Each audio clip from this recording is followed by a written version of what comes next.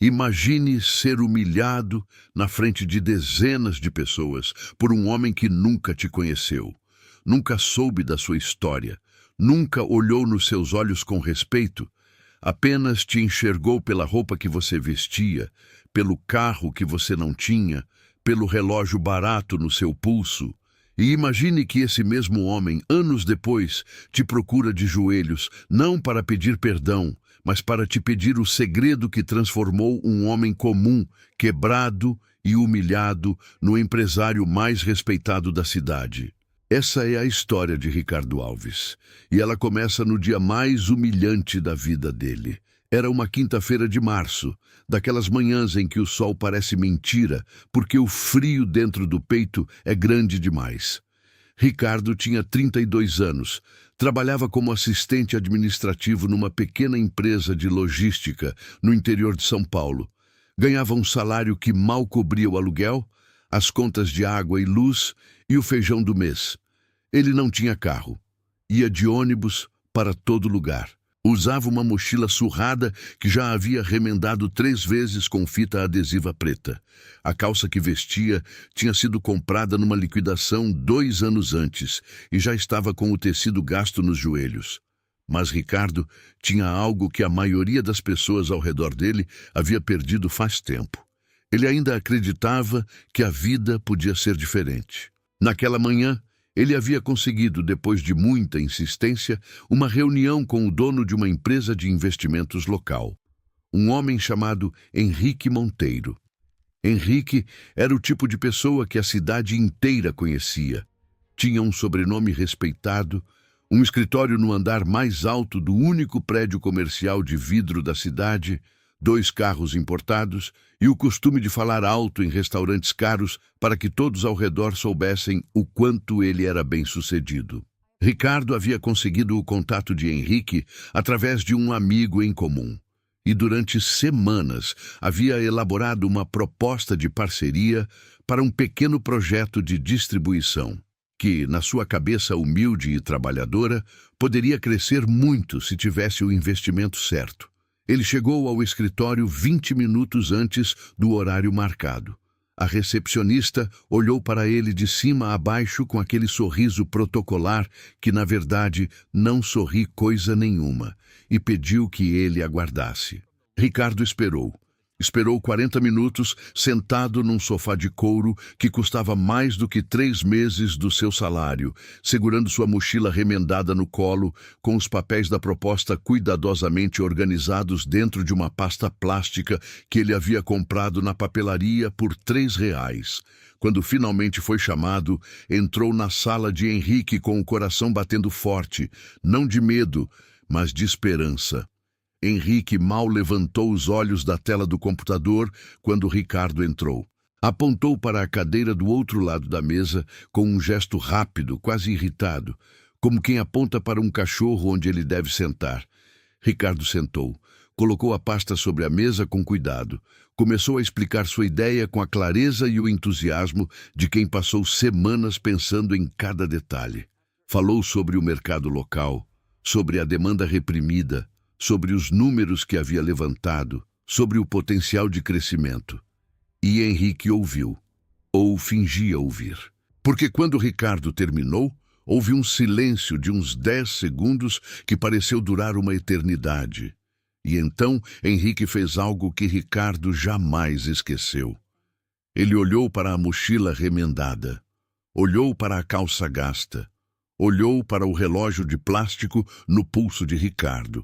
E disse com uma frieza calculada que só quem pratica tem, que não tinha interesse nenhum em fazer negócios com alguém que nem conseguia se vestir direito para uma reunião de negócios. Disse que um homem que chegava numa reunião importante com uma mochila remendada, com fita adesiva, era um homem que não sabia o valor das coisas. Disse que investimento era para quem já tinha mentalidade de vencedor e que, olhando para Ricardo, o que ele via era um perdedor tentando parecer empreendedor. E o pior não foi isso. O pior foi que havia 2 outras pessoas na sala. uma assistente que estava fazendo anotações num canto e um sócio de Henrique que havia entrado alguns minutos antes. Ambos ouviram tudo.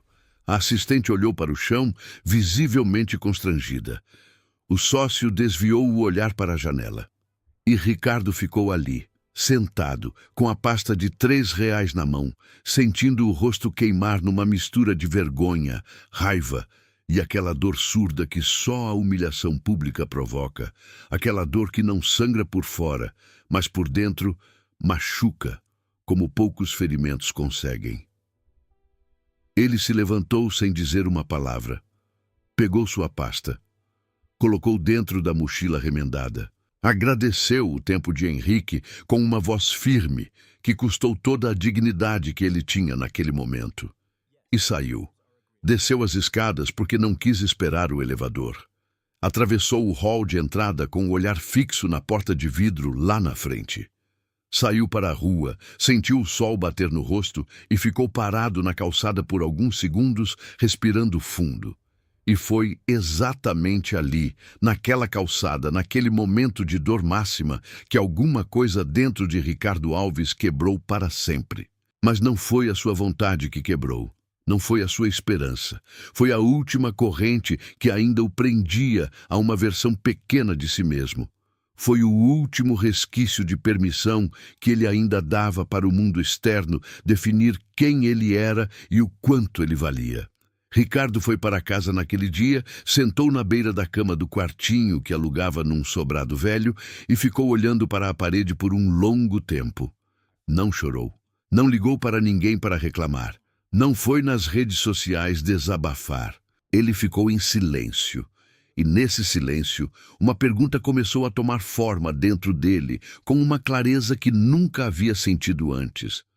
O que exatamente separa um homem como Henrique Monteiro de um homem como Ricardo Alves? Era o dinheiro? Era o sobrenome? Era a sorte? Era algum talento especial que Ricardo simplesmente não tinha nascido com?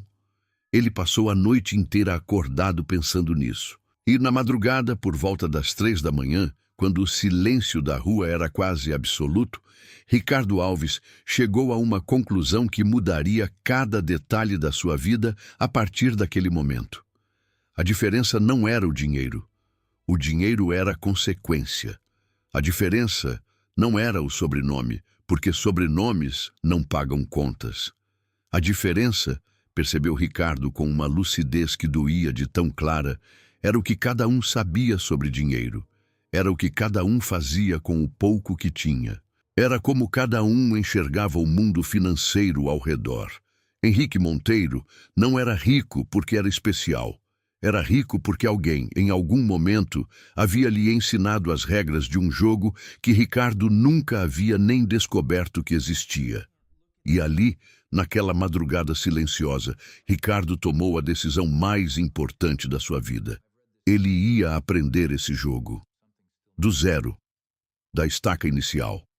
Com R$ 0 de investimento e com toda a humilhação daquele dia como combustível. Nos 3 meses seguintes, Ricardo Alves se tornou uma máquina de aprendizado. Ele descobriu que a Biblioteca Municipal da cidade tinha uma seção de livros de educação financeira que nunca havia sido muito frequentada. Começou a pegar 2 livros por semana. Lia no ônibus, lia no horário de almoço, lia depois do trabalho com a luz fraca do abajur do quarto. Leu sobre juros compostos e ficou impressionado ao perceber que nunca havia entendido de verdade como os juros trabalhavam contra quem não os compreendia. Leu sobre orçamento pessoal e teve a sensação física de levar um soco no estômago ao perceber que gastava dinheiro todo mês em coisas que nunca havia conscientemente decidido comprar. Leu sobre investimentos e descobriu um universo paralelo que existia há décadas, mas que nunca havia sido apresentado a ele em nenhuma escola, em nenhuma conversa de família, em nenhum lugar. Mas a maior descoberta de Ricardo não veio dos livros de finanças. Veio de um livro velho, com a capa amarelada, que ele encontrou quase por acidente numa prateleira do fundo da biblioteca, encostado de lado, como se ninguém tivesse tocado nele em anos. O título era simples e ele quase não pegou porque parecia genérico demais, mas algo o fez abrir. E nas primeiras 10 páginas, Ricardo Alves sentiu como se alguém finalmente estivesse falando diretamente para ele sobre algo que ele havia sentido a vida toda, mas nunca conseguido nomear. O livro falava sobre identidade financeira, sobre o fato de que toda pessoa carrega dentro de si uma imagem inconsciente de quanto dinheiro merece ter, de qual nível de vida é para ela e qual nível é para os outros. Falava sobre como essa identidade é formada na infância, moldada pelas frases que os pais dizem, pelos comentários que os adultos ao redor fazem sobre dinheiro, pelos exemplos que a criança observa. E falava, com uma clareza cirúrgica, sobre como essa identidade age como um teto invisível. Toda vez que a pessoa começa a ganhar mais do que sua identidade financeira permite, algo dentro dela sabota o processo, seja gastando de forma impulsiva, seja tomando decisões ruins, seja inconscientemente afastando oportunidades. Ricardo leu esse capítulo 3 vezes. Na terceira vez, ficou com o livro fechado no colo por longos minutos, porque estava revivendo cenas da própria vida com olhos completamente novos. Lembrou da época em que havia conseguido uma promoção e recebido um bônus inesperado, e em menos de 2 meses o dinheiro havia simplesmente sumido em gastos que ele mal conseguia nomear. Lembrou de todas as vezes que havia começado a poupar, e depois de algumas semanas havia encontrado uma razão para gastar tudo. Lembrou de como toda vez que alguém falava sobre investimentos ou sobre ter muito dinheiro, algo dentro dele rapidamente pensava que aquilo não era para ele, que era coisa de gente de outro mundo. Ele havia passado a vida inteira correndo numa pista com um teto que ele mesmo havia construído sem saber. A partir desse dia, Ricardo adicionou um novo elemento à sua rotina de estudos. Além dos livros de finanças práticas, ele começou a trabalhar a própria mentalidade com a mesma seriedade com que estudava planilhas e conceitos de investimento. Começou a escrever num caderno barato todas as crenças que identificava em si mesmo sobre dinheiro. Escrevia a crença do lado esquerdo da página e do lado direito escrevia a versão oposta, a versão que uma pessoa financeiramente livre acreditaria. E todos os dias, antes de sair para o trabalho, lia aquelas versões novas em voz alta, não como uma mágica, mas como um treinamento deliberado para reescrever os arquivos mais profundos da sua mente. No 4º mês após a humilhação no escritório de Henrique, Ricardo fez sua primeira grande mudança prática. Ele criou um orçamento real pela primeira vez na vida. Não um orçamento vago na cabeça, mas um documento escrito, detalhado, honesto, até doer. Olhou para cada real que entrava e cada real que saía. E quando terminou, ficou olhando para os números com uma mistura de espanto e determinação. Havia dinheiro escorrendo por buracos que ele nunca havia percebido. Pequenas assinaturas que havia esquecido que existiam. Hábitos de consumo automáticos que não traziam nenhuma alegria real. Dinheiro gasto com coisas que, na verdade, eram tentativas inconscientes de preencher um vazio que não era material. Ele cortou tudo que não era essencial, com uma frieza clínica e sem culpa, não como punição, mas como estratégia.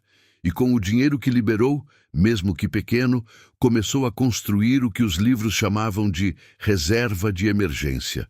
Guardava todo mês, sem falta, sem exceção, mesmo que fosse pouco. Porque havia aprendido algo fundamental. Não é o quanto você guarda que importa no começo. É o hábito que você cria. É a relação nova que você estabelece com o dinheiro, a relação de quem cuida, de quem respeita, de quem dirige, em vez de ser dirigido. No 6º mês, Ricardo fez sua primeira aplicação em renda fixa. Era um valor pequeno, ridículo se comparado ao que homens como Henrique movimentavam num único almoço. Mas para Ricardo, aquele valor era enorme, porque não era dinheiro aplicado. era um símbolo. Era a prova concreta, real, registrada num extrato bancário, de que ele havia cruzado uma linha que a maioria das pessoas da sua realidade nunca havia cruzado. Ele havia deixado de ser apenas um trabalhador que troca tempo por dinheiro e havia se tornado, mesmo que de forma embrionária, alguém que fazia o dinheiro trabalhar por ele.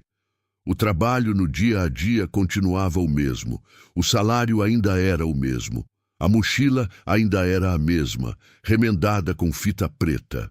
Mas Ricardo Alves não era mais o mesmo.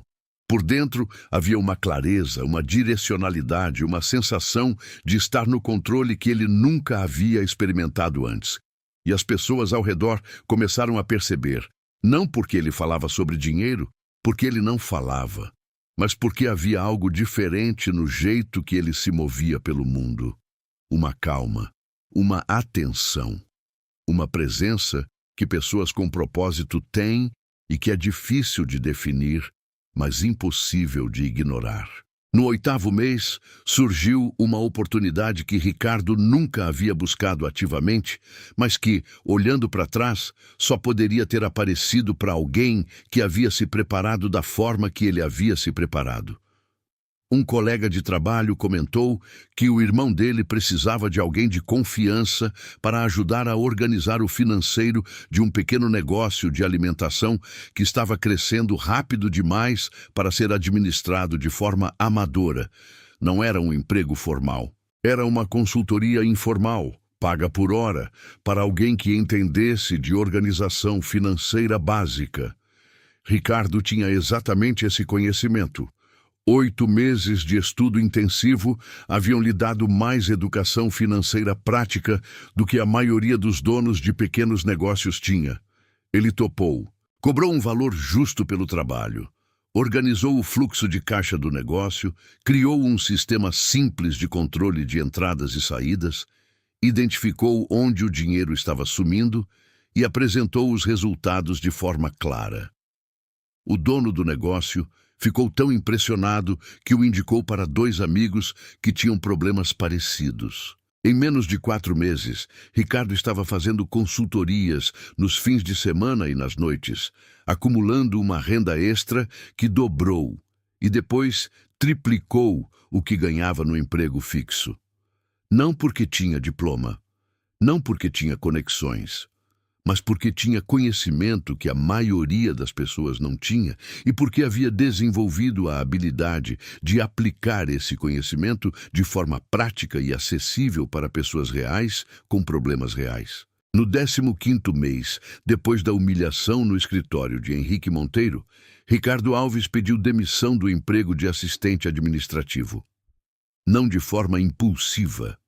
Havia planejado esse momento por meses, construindo uma reserva que durava 6 meses de despesas, garantindo que os clientes de consultoria eram suficientes para sustentar sua saída. Quando entregou a carta de demissão, o gerente ficou surpreso e tentou oferecer um aumento. Ricardo agradeceu e recusou com uma tranquilidade que deixou o gerente visivelmente sem palavras. A partir daí, a trajetória de Ricardo começou a ganhar uma velocidade que ele mesmo, com toda a sua nova mentalidade, às vezes precisava parar para assimilar. Com mais tempo disponível, expandiu as consultorias, começou a atender negócios maiores, desenvolveu um método próprio, baseado em tudo que havia estudado mais a experiência prática acumulada, e transformou esse método num serviço estruturado com nome, processo e resultado mensurável. Contratou a primeira assistente, depois a segunda. Abriu uma empresa formal. Alugou uma sala pequena num edifício comercial simples. E o dinheiro que entrava não era desperdiçado. Era gerenciado com a mesma disciplina cirúrgica que Ricardo havia aprendido no seu quarto, sozinho, com livros de biblioteca. Reinvestia uma porcentagem fixa no negócio. Guardava outra porcentagem em investimentos que cresciam mês a mês com uma consistência silenciosa e poderosa. Permitia a si mesmo um estilo de vida melhor, mas sempre dentro de uma equação onde o patrimônio crescia mais rápido do que os gastos. Não era privação, era consciência. Era a diferença entre viver para parecer rico e construir para ser rico. 3 anos depois daquela manhã de março em que saiu da calçada em frente ao prédio de vidro com o rosto em chamas, Ricardo Alves estava à frente de uma empresa de consultoria financeira para pequenas e médias empresas com 18 clientes fixos, 5 colaboradores, um escritório próprio e um patrimônio pessoal que havia cruzado o primeiro milhão com a naturalidade discreta de quem havia construído cada tijolo com as próprias mãos. Ele não tinha mudado de sobrenome, não havia herdado nada, não havia ganhado na loteria, não havia encontrado um mentor milionário que o havia pegado pela mão. Havia encontrado livros, silêncio, disciplina e uma humilhação que, em vez de destruí-lo, havia acendido dentro dele um fogo que nunca mais se apagou. Foi numa tarde de outubro, quase 4 anos depois daquele dia, que Ricardo recebeu uma ligação de um número que não reconheceu. Atendeu. Do outro lado, uma voz que ele reconheceu imediatamente. Era Henrique Monteiro. A voz estava diferente. Menos alta, menos segura. Henrique disse que havia ouvido falar da empresa de Ricardo. Disse que havia pesquisado, havia visto os resultados, havia conversado com pessoas que Ricardo havia atendido. E disse, com uma hesitação que claramente custava caro para um homem com o ego dele, que estava com problemas sérios no próprio negócio e que precisava de ajuda. Perguntou se Ricardo toparia uma reunião. Houve um silêncio de alguns segundos. Ricardo ficou olhando pela janela do seu escritório, um andar abaixo do escritório de Henrique, no mesmo prédio de vidro. Uma coincidência da vida que ele havia notado com uma ironia silenciosa quando alugou o espaço. E então disse, com uma calma absoluta, que sim, topava a reunião. Marcaram para a semana seguinte. No dia da reunião, Ricardo chegou no horário exato, subiu as escadas. Entrou na mesma recepção, sentou no mesmo sofá de couro e, desta vez, esperou apenas 3 minutos antes de ser chamado. Quando entrou na sala de Henrique, percebeu imediatamente a diferença. A mesa estava coberta de papéis em desordem. Henrique tinha olheiras fundas. O terno estava impecável, mas havia algo nos ombros dele que era o peso de quem havia perdido o controle de algo e estava tentando esconder o tamanho do problema. Henrique o reconheceu assim que ele entrou. Viu claramente o momento em que a memória voltou. Houve um flash de constrangimento no rosto do homem que durou apenas 1 segundo, mas que Ricardo viu com nitidez.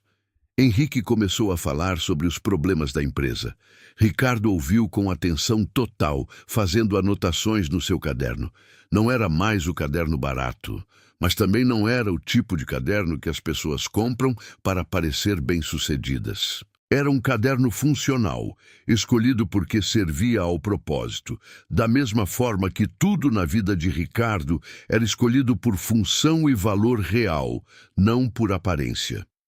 Quando Henrique terminou, Ricardo fez algumas perguntas precisas, ouviu as respostas e então ficou em silêncio por alguns segundos, da mesma forma que Henrique havia ficado anos antes. Mas o silêncio de Ricardo não era para humilhar. Era para pensar com clareza. E então disse que sim, havia um caminho, mas que seria necessário um trabalho sério, honesto e, acima de tudo, humilde da parte de Henrique para enxergar os erros reais em vez de buscar soluções fáceis para problemas profundos. Henrique olhou para ele e, pela primeira vez, olhou de verdade. Não para a roupa, não para o relógio, não para os símbolos externos. Olhou para o homem na frente dele e disse, com uma voz que havia perdido toda a arrogância daquela manhã de março anos atrás, que estava disposto a fazer o que fosse necessário. Perguntou então, com uma curiosidade que parecia genuína, como Ricardo havia chegado onde estava. Qual havia sido o segredo? Ricardo levou um momento antes de responder. Poderia ter dito muitas coisas. Poderia ter mencionado os livros, o método, as estratégias de investimento, o planejamento financeiro, as consultorias. Mas quando abriu a boca, O que saiu foi algo mais simples e mais verdadeiro do que qualquer técnica. Disse que o segredo havia sido uma decisão. A decisão de parar de achar que as regras do jogo financeiro eram para outras pessoas. A decisão de aprender essas regras do zero, sem vergonha, sem pressa e sem parar. A decisão de olhar para dentro e identificar todas as crenças que o mantinham pequeno e trocá-las uma a uma por crenças que o faziam crescer. E a decisão, talvez a mais importante de todas, de nunca mais deixar a opinião de outra pessoa sobre ele ser mais poderosa do que a opinião que ele tinha sobre si mesmo. Henrique ficou em silêncio. E Ricardo viu, com uma clareza tranquila, que aquelas palavras haviam chegado num lugar fundo daquele homem, não como uma vingança, não como uma lição do tipo, viu, eu disse, mas como a verdade chegando ao lugar onde precisava chegar, independentemente de quem a dizia e de quem a ouvia. Eles fecharam o contrato naquela tarde. Ricardo ajudou Henrique a reorganizar o negócio nos meses seguintes. Foi um trabalho duro, com conversas difíceis e verdades que Henrique precisou ouvir, e às vezes custava muito a aceitar. Mas o resultado apareceu. E numa das últimas reuniões de acompanhamento, Henrique olhou para Ricardo e disse, sem rodeios, que havia sido injusto naquela manhã anos atrás. Disse que havia julgado pelo que via por fora e havia perdido a oportunidade de conhecer o que havia por dentro. Ricardo ouviu, agradeceu a honestidade e disse que naquele dia, sem saber, Henrique havia feito a coisa mais importante que alguém já havia feito por ele.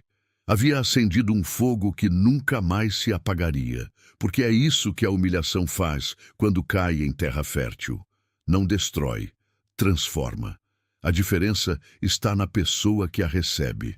E Ricardo Alves havia decidido, naquela calçada ensolarada de março, que ele seria o tipo de pessoa em quem a dor não apaga a chama. Ele seria o tipo de pessoa em quem a dor vira combustível. Hoje, Ricardo tem 41 anos. A empresa que construiu atende dezenas de clientes em 3 estados. Ele fala em eventos, escreve sobre educação financeira e dedica parte do seu tempo a projetos que levam conhecimento financeiro básico para comunidades que, assim como ele um dia, nunca tiveram acesso às regras do jogo. Ele ainda tem a mochila remendada. Guarda numa prateleira do escritório, atrás da sua mesa. Toda vez que alguém pergunta o que é aquilo, ele conta a história. Não para impressionar, para lembrar. Para lembrar que o ponto de virada da sua vida não foi o primeiro milhão, não foi o primeiro cliente importante, não foi a reunião onde trocou de lado com Henrique Monteiro. O ponto de virada foi uma decisão tomada às 3 da manhã, num quarto pequeno, sozinho, sem dinheiro, sem conexões e sem nenhuma garantia de que algo ia funcionar. Foi a decisão de aprender o que ninguém havia lhe ensinado. E essa decisão, simples e poderosa como as melhores decisões sempre são, mudou absolutamente tudo. Se você chegou até aqui, você já sabe que essa história não é só sobre Ricardo. É sobre cada pessoa que já foi julgada pelo que parece ser em vez do que é capaz de se tornar. É sobre cada pessoa que já sentiu que as regras do jogo financeiro eram para outros, não para ela. É sobre cada pessoa que carrega dentro de si um fogo que o mundo ainda não viu. A pergunta que fica, e que só você pode responder, é o que você vai fazer com esse fogo.